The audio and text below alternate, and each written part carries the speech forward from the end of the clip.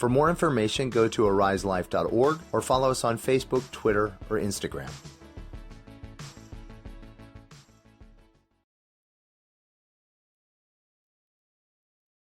All these days, like Father's Day, Mother's Day, Valentine's, whatever, are days that are painful. And I was going to do this whole grid of why it's painful, right?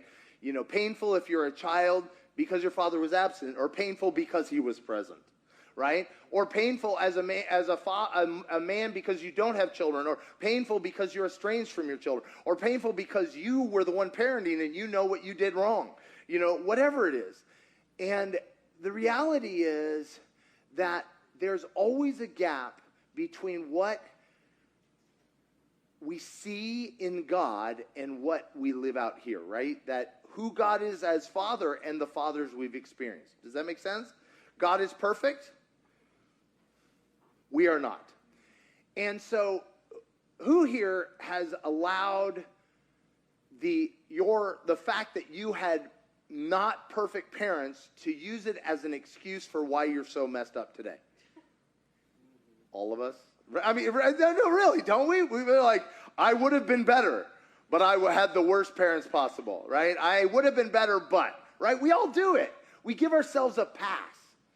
Well, today, we're going to finish the story of Joseph, and we're going to watch a man who fundamentally overcomes some legitimately bad parenting. You guys remember Joseph?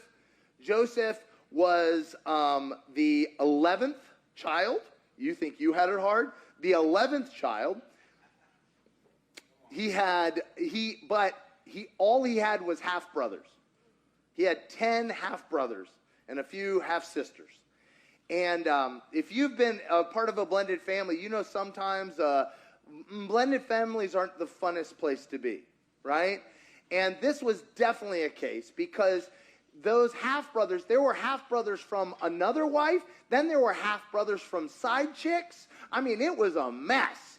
And they're all living together, and it's not going well. And the sons of the side chicks were really didn't like Joseph because Joseph was the youngest, and he was Dad's favorite.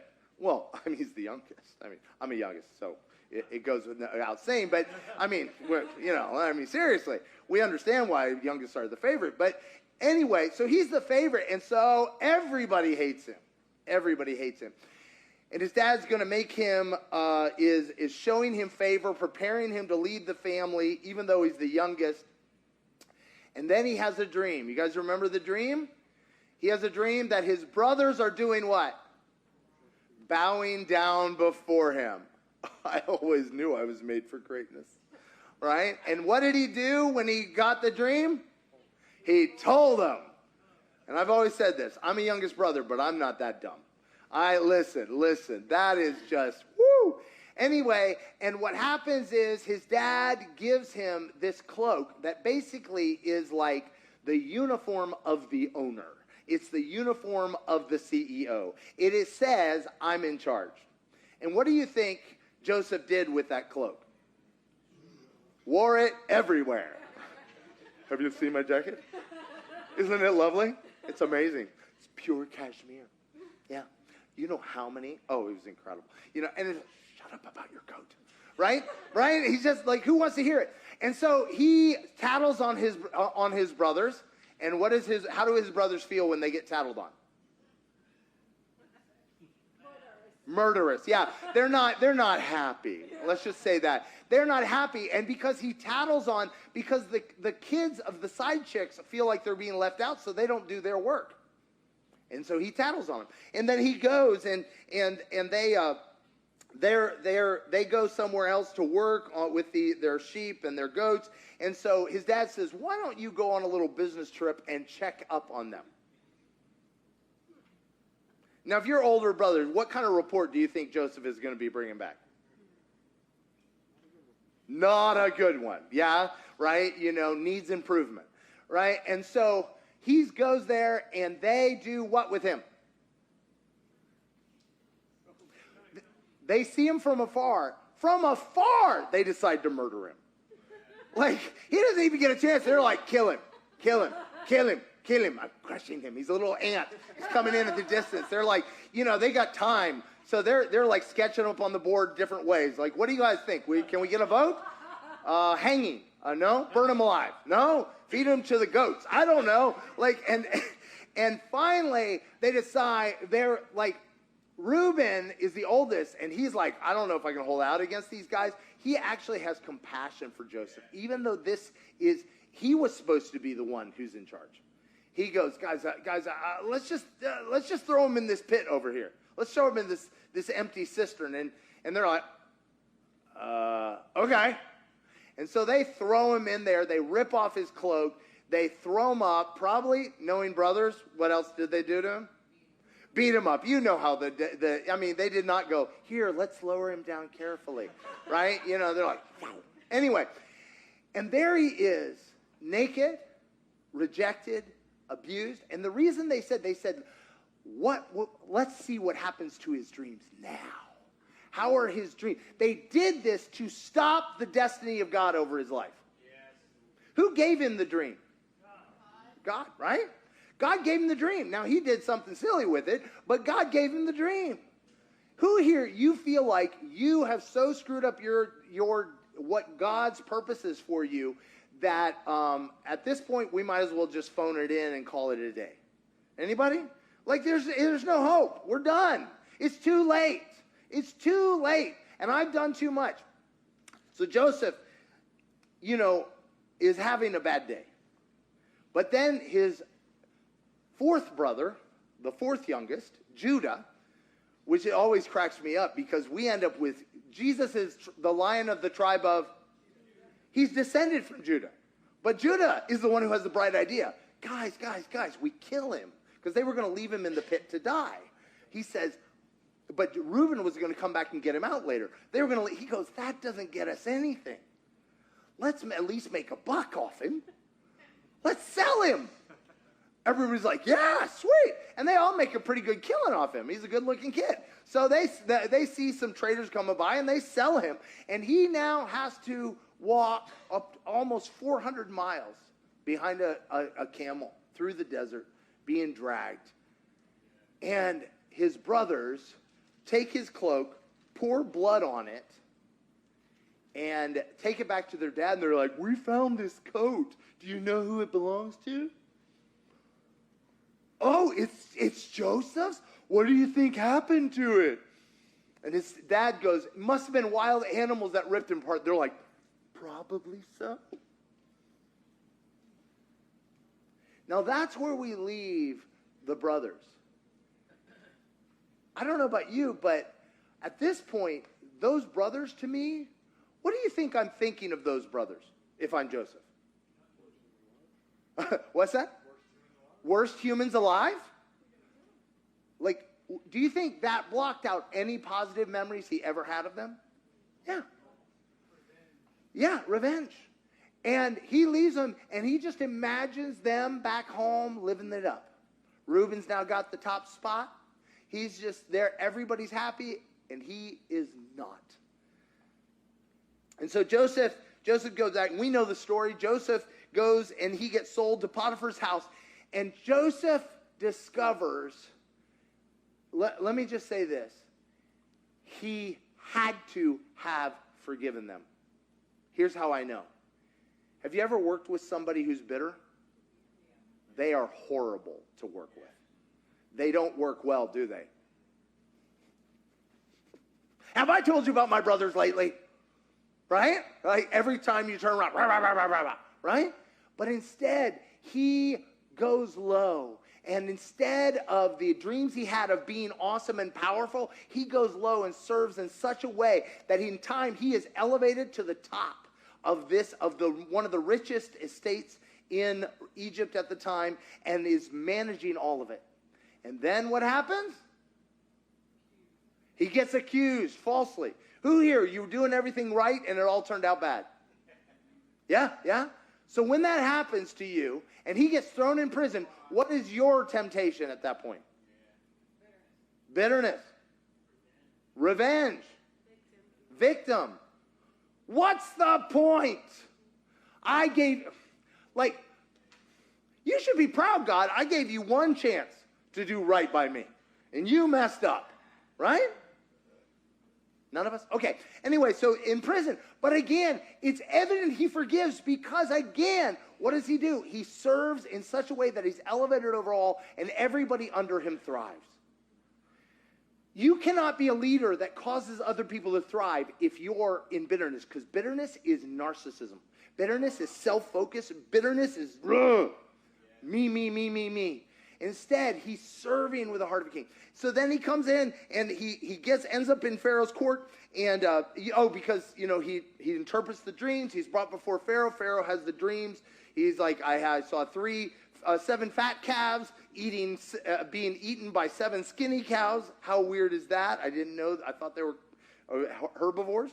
And then he's like, what's going on? He has another dream about wheat. And he's like, what's going on? And Joseph says, God will give Pharaoh what he desires. And he interprets the dream. He says, you're going to have 7 years of plenty and then 7 years of lack. And if I were Pharaoh, I would find somebody who can gather up all the grain during the years of plenty so that you're ready to be able to feed the nation when you're the nation that I've been a slave in, right? That's right. He's caring for the very people who've, what? Anyway, and he said, I would do that. And Pharaoh goes, where are we going to find a man like this? I'll say it again. If you're bitter, nobody's going to say, where can we find a place? Because there are tons of bitter. Like bitter is all over the place. You can get bitter by the dozen. But here he is, and he stands there, and they give him, and immediately he's made the richest, most powerful man in the entire world. Second only to Pharaoh, and Pharaoh doesn't do much. And so he's basically in charge of everything. And it says he's 30 years old. 13 years. He was 17 when he's thrown in the pit. 13 years. 13 years as a slave, as a prisoner. 13 years. And then the years of plenty roll along and everything. And he has genius, administrative, does gathering up all this grain. And then the years of famine hit, and everybody eats through their food, and then the problem starts. So 7 years of plenty. He was 30, add 7, right? And it's now the second year. So he's 39. 22 years since he saw his brothers. 22 years. I mentioned this recently. The Lord really said to me, he said, I want to deal with your heart as to your foes. I said, okay. And he said, and I started to try to do some things and, whatever, reach out to him. He's like, and the Lord's like, you have to love your enemies. I was like, wait, what? Huh? Now, I've heard that verse all my life. Anybody? You know what? Listen, it sounds like a Hallmark card till you try. Because when you try to love your enemies, you realize that tank is bone dry. There is not a drop of anything in that tank. You're like, what? Because not an ounce of good feeling. Now, I said, but I was like, at first I thought I was fine with my enemies. You know why? Well, I had forgiven them to a degree, perhaps. But you know what I'd really done? Sent them to outer darkness in my brain. Anybody? You're like, they are dead to me. They do not exist. Or, better yet, poor man's hatred. Anybody know what poor man's hatred is? Pity. They're not worthy of mine. They are so pathetic that I just can't even be bothered. Right? Anybody? No? Right? Like, you either send them to outer darkness, I don't look at them, or I treat them with such disrespect and pity, they're just pathetic losers. Right? Okay, good. You're my people. All right, you know what I'm talking about. So, here's the deal. 22 years on, he has forgiven them to some degree. That he couldn't have gotten this far without it, I promise you. Because like I said, when you are bitter, that's all you think about. Yeah. When you forgive, you are set free to live. But that doesn't mean you have forgiven to the point where you're ready to engage them again. Anybody know what I'm talking about? Like, you stay over there, preferably on another continent. That'd be great, right? So here he is. He goes, and 2 years in, all of a sudden, his brothers, his family runs out of food. And they come and ask to buy grain from Joseph. They show up. Now you got to remember, Joseph, in order to work in Pharaoh's court, you know what it says they did? They shaved him. You ever looked at those pictures of Egyptians? Like, they literally shaved them. They shaved their eyebrows. They shaved their heads. They shaved their faces. And then they wore a little loincloth. Have you seen what the men in Israel look like? Burly, manly beard, right? And big cloaks. And, you know, it's funny. A couple of ambassadors of David's, I believe it's David's, they went and they were, when the enemy wanted to reject the treaty, they shaved the men. And David said, let them stay for 6 months in a little town until their beards regrow, because otherwise they'll be too embarrassed. You know, in Russia, when Peter the Great banned beards, the men were so scared that when Jesus came back, that the angels wouldn't recognize them and think they were women without their beards. They carried their beards in their pockets. Literally, no lie. Like, literally, you don't understand. In the culture of beards, manly men. Some of you guys are going, yes, I know. But without a beard, you're a woman in their world. And here, he's not just without a beard. He had missing eyelashes. He's got wearing makeup, eyebrow. He's like fully metrosexual, and it's just weird. And, and he's just standing there. Anyway, and so they walk in, and he recognizes them immediately. They don't recognize him. Okay, here's my question. Your forgiveness is about to be tested, isn't it? Now, some of y'all watching right now are watching from afar because you went home and you know what I'm talking about. You're twitching. So, but what I want to say is it's tested. And they come in, and he, you know what he does? He goes, you guys are spies. You guys are spies. You came to spy. So he starts interrogating him, and he finds out that your dad's still alive. And it says that he was overcome and he wept. Let me tell you this. You can't weep when your heart is hard. Yes. You can't weep when your heart is hard. It might be mixed, but you can't. And he weeps. And he finds out he has a younger brother. He's like, they haven't killed that one yet. And so guess what he does with all of his power? Throws him in jail. Who are here? Yeah, have a little fun, right? That's right. Watch this. My theory is he got the revenge for a moment and then was trying to figure it out. And I'm sure he had moments where he fantasized about doing to them what had been done to him, right? Let's see how the foot on the... we could kill you. We could throw you into slavery. We could do anything. But what does he do? After about 3 days, isn't it funny? How long was Jesus in the tomb? 3 days. After 3 days, he brings him out and he says, here's the deal. I'll let you go, and you can buy this grain, but you, next time, to prove that you are not spies, you need to bring your brother back with you. They're like, what a weirdo. But they got out of here with the grain, hoping the famine will break. We never have to see that guy again. They go back, and they run out of grain, and they tell Dad, listen, this is what the guy said. The guy said, we got to do this. And Reuben says, listen, Dad, if you are willing to send him,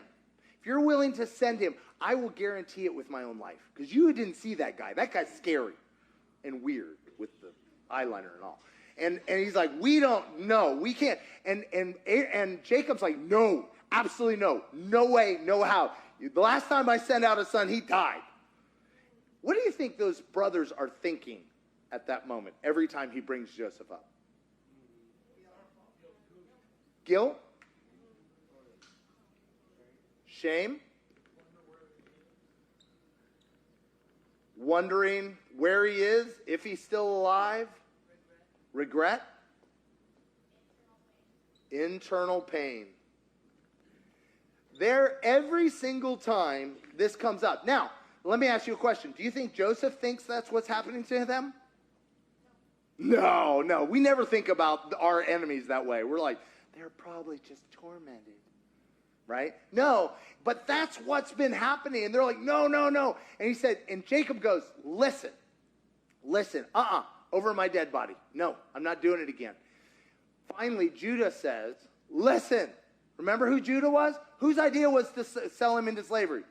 Judah. Judah says, Dad, we would have been there, back again 3 times. He just sounds like, anyway. He's like, we would have been there and back twice already. If you had already done it, just go ahead and let him. I will guarantee him with my life. And you see this, that he is, in the words that he says, that he is torn up. He's torn up because he knows the pain he saw in his father is his fault. Now, I have a question. Was Jacob a perfect father? No. He was a trickster and a liar, and as a result, ended up with 2 wives and 2 side chicks and tons of kids who hated each other, and he didn't step in to make things better. Okay? I don't know what your family situation is, but this is a not good situation. If any of your family members have been sold into slavery, you win. But I'm just saying, this is hardcore. And so what happens is he's sitting there, and again, the interesting thing is Joseph still loves his father. We don't love because people deserve it. We love because he is love. We don't love because people have earned it. We don't love because they've been perfect. We don't love because if I love them, they will change. We love them because love is of God. Yeah. And we see this love in action in Joseph, because Joseph, now you might say, whoa. The way this is rolling, this looks weird. Because he let them out of prison. But what he did is he put money in their pouches. The money they had spent, he gave it back and put it in the pouch. When the men saw it, when his brothers saw it, they freaked out. They're like, oh, we cannot go back there. They're going to say we're thieves. I don't know how this happened. We can't do this. So here's a question. Well, we'll see in a second. So finally, they're coming back with Benjamin. And they are like, their dad says, take the money and take twice as much to cover, right? So you buy more and give the money back. And they come back, and Joseph hears about him. He says, send them to my house. My house. Remember where Joseph ended up when he came to Egypt? House like this. And he said, lay a feast for them. They were so freaked out. When they got to the gates, they thought, we're going to be turned into slaves. This is it. He's on to us. And he told Joseph's steward, he said, dude, hey, we got the money right here. Take it all. We got it all. Take it all. We don't need anything. We'll just go home. He said, no problem. We just got a feast here for you. Anybody think they might have had a struggle with indigestion? He sits them down, but I love it. He sits them down in birth order. And then he gives Benjamin, his brother, the youngest, he gives him 5 times as much, recognizing that he is the favored one. And then he goes, it's all good. He sends him on his way, but he put the money back in. But then he takes his silver goblet and has it put in Benjamin's sack. Now, at this point, I've always listened to this story as if Joseph was just messing with him. Anybody read it that way? Like, he's like, But let me ask you this. Anybody here have poorer relatives that are always asking for handouts? Manipulating, using you? Do you think if Joseph is going to be restored in relationship to them, how is he going to trust the people who tried to kill him? How is he going to see whether they've changed or not? I would submit we can't even believe for our enemies to have grown and changed without God, because they stay as a cartoon in our head of the last time we saw them. But he has a belief that perhaps they have grown and changed. So they bring Benjamin. And they send him off. They don't even make it a day's ride away. And he sends his servants, goes, hey, somebody's stolen. This cracks me up. Joseph's, the Pharaoh's prime minister's divination cup. What did Jesus, the divination folks couldn't interpret Pharaoh's dreams. But Joseph doesn't need any divination. And they're like, he needs this. Don't you know? He does divination. He would find out what happened to his divination cup. That's how he figures out the future. He's got GPS tracking on it. It's in here somewhere. And they're like, oh, no, go ahead and open it. They open it, they find the money, and they're like, not again. And then they find the cup in whose? In Benjamin's. Now watch what happens. No. His brother's like, no, take us. No. I'll go to prison for him. Don't. This will break our father's heart. What did they do to their father when they did that to Joseph? They broke his heart. It revealed their repentance. It revealed their pain. But here's the thing. They could not be set free of their guilt, shame, wonder. They couldn't be set free of it if it wasn't confronted. Yeah. Does that make sense? Anybody here, you have a family that swept a lot of things under the rug? They lurk there, don't they? They don't really forgive me. They don't really love me. They're not really for me. Because if it's not confronted with love, it will. If it's not brought into the light with love, there can never be restoration. There can never be rebuilding. And so what happens is, had a friend of ours. She was saying something recently. She said, "What if you've done something really horrible to somebody, but they don't know about it, but you've dealt with God with it? Do you still have to tell them?" Anybody here know that logic? Because it builds a wall. I said, well, it builds a wall between you and them in your own heart. And so Joseph is bringing into the light what they did, but in a way that gives them a chance to have a different response. I believe God gave him this strategy because they go, no, take us. You will kill our father. And he has them dragged back in. A whole day's ride, they have to be dragged back a whole day. What do you think they're thinking during that whole time? What do you think? We're dead? We're dead? Thinking about their youngest brother? Yeah, but both brothers probably, yeah, right? Thinking about the brothers? The line is wiped out, right? Yeah. Thinking probably about their stepmom, Rachel. What's going to happen to her? Oh, yeah. Yeah, dark magic. Like, what's going on? Oh, my. Anybody here? I deserve this. This is because of what we did to our brother. This is because of what we did. We deserve this. We deserve it. And he brings them back in. And when they're brought in, Joseph can't handle it. He turns away and weeps so loudly it scares the Egyptians. So loudly. He is racked. I'll say it again. You can't weep without love. You can cry bitterly over your own stuff, but you can't weep for another. You can't weep for that relationship without God's love. And so he does. He opens his heart. But who here? You've shut your heart down from that very kind of weeping towards a certain person.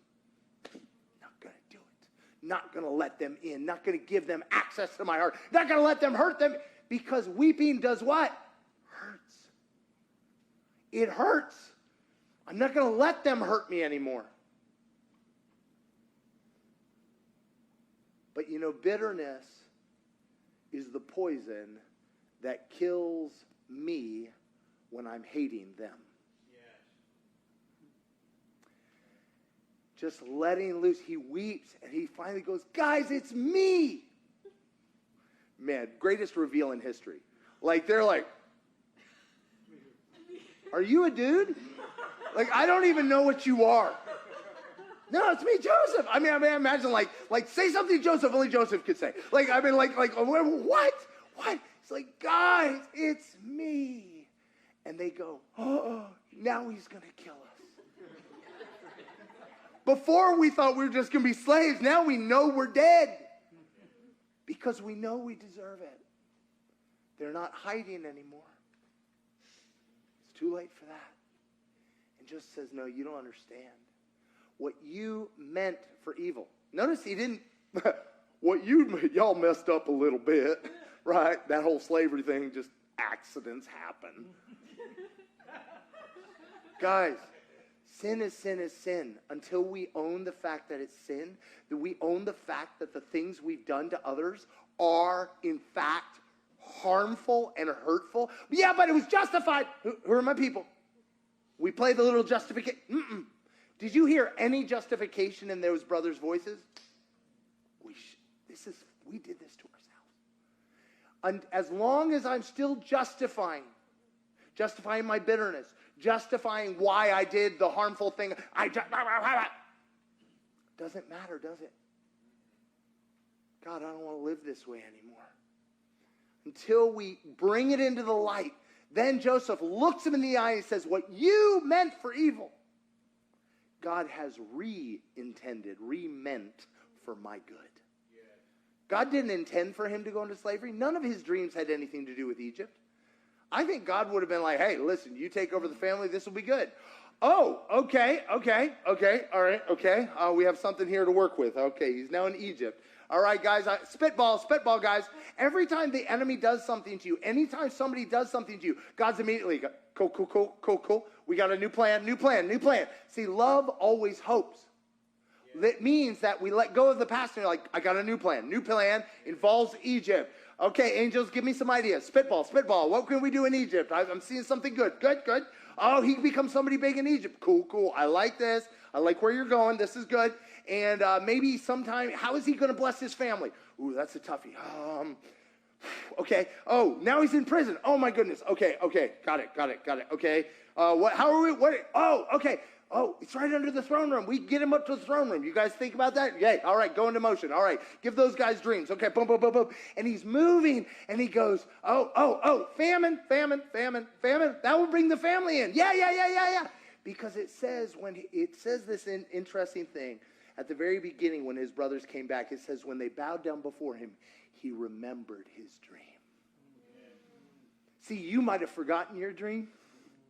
You might have forgotten the dream that you attempted to achieve in your own strength. You might have forgotten because of what was done to you or what you did to yourself. God didn't forget. God's like, this is going to be awesome.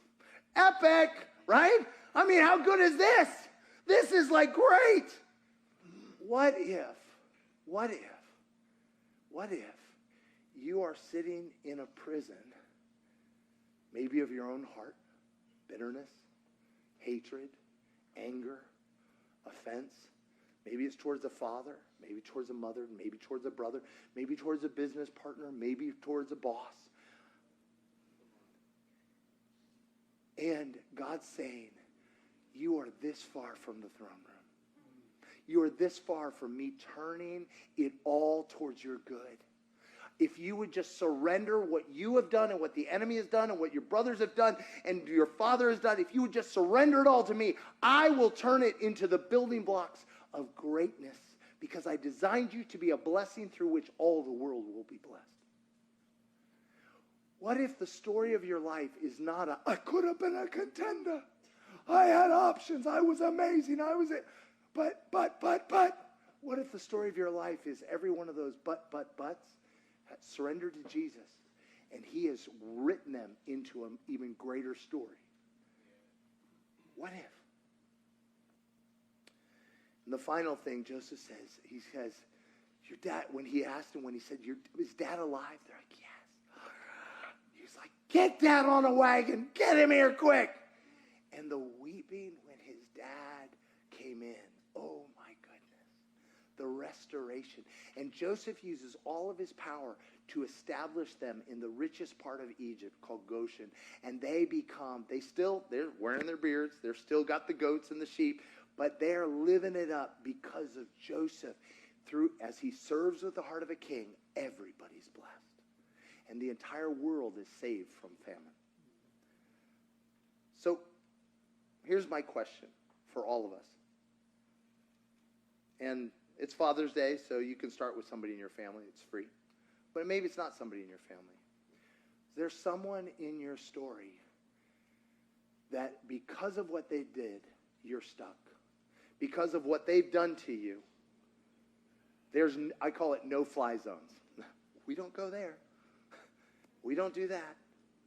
Maybe it's I could have been a contender. I could have been that. But whatever it is, would you be willing to surrender it? I wonder if Joseph, when he put him in prison, he was probably fantasizing, I could kill him. He's like, again, he's doing the demonic spitball. Like, I'll take options. What are we doing to him? But he realized no matter what he did, it didn't resolve his heart. Sometimes when we come into the presence of people we felt that we've forgiven, and we did forgive them from afar, but there's a whole nother level of forgiveness when they're in our presence. Here's my question. Would we give up our fantasies of us getting ours? Give up our fantasies of our idea of justice? Does this look like justice? No. 22 years of his life, whoop, ripped out. His mama weeping, his dad weeping. Does this look like justice? Could God's justice be better than our justice?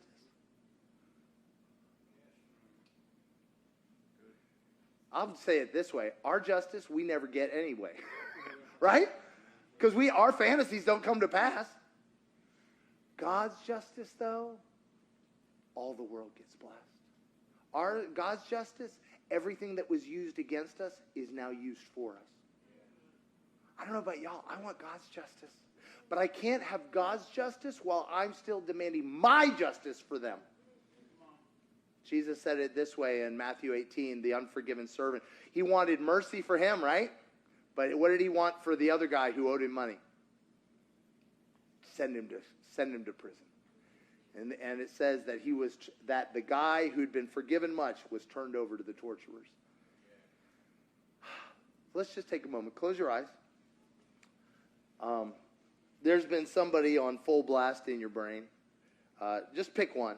You'll have time for other people later, but just pick the one that's on full blast. And ask God this question. God, can I forgive them? Is it possible to forgive them?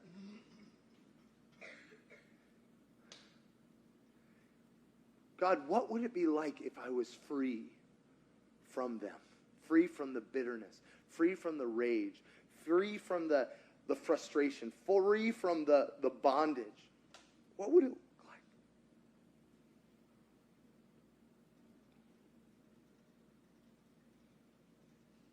God, how much of my life is bound up where you can't use it for my good because I'm holding it in reserve to crush them? Jesus, I want to forgive them. But I'm not able. So I give you my hands clenched around their throats. And I say, God, peel my fingers away. I give you the right to empower me, to help me, to forgive through me. Because that's what you did on the cross. I don't want to be a slave anymore. I want to be able to bless them so that I can be free. I want to bless them. I want to be able to bless them. I want to be able to release them so that I can be free. And Lord, I will bless you. And I will bless you. If we could have the praise worship team, come up.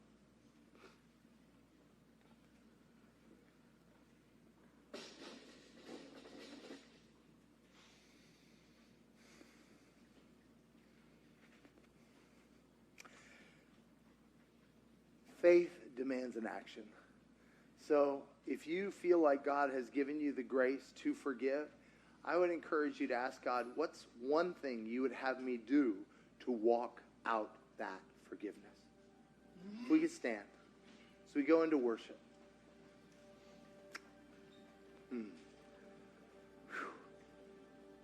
Just receive.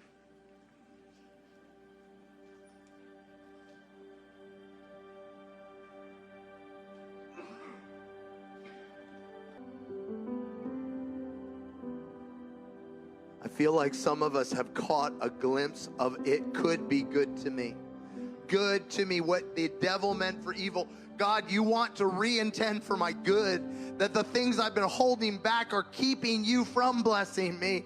Oh God, I don't want to be in the way anymore. I feel like some of us have caught a glimpse of the promised land, of a place of restoration, a place of wholeness that's not defined by what's been done to us, not defined by what we've done. Some of us, I feel like we're like Judah, we're like Reuben. We have been enslaved to what we did. We lived in this world where we keep trying to undo the past in our heads, and we're bound to it. And God's saying, bring it into the light. Bring it into the light. Bring it into the light. But I might die. But you're not alive anyway. What? Bring it into the light. I feel like he's giving you courage and hope to believe for a future and a hope. So, Father, I ask right now that you would breathe over promises that you've given. Breathe over relationships that have been broken. Breathe over lives that have been destroyed. Oh, can these bones live?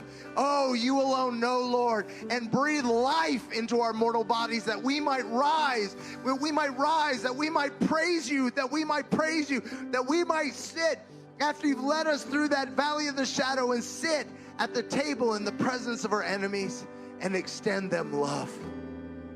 Lord, not our will, but yours be done.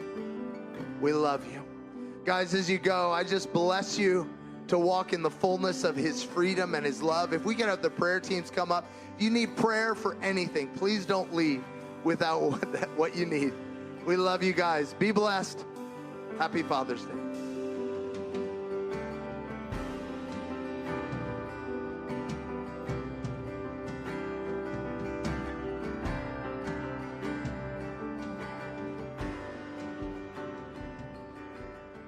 For more information, go to ariselife.org or follow us on Facebook, Twitter, or Instagram.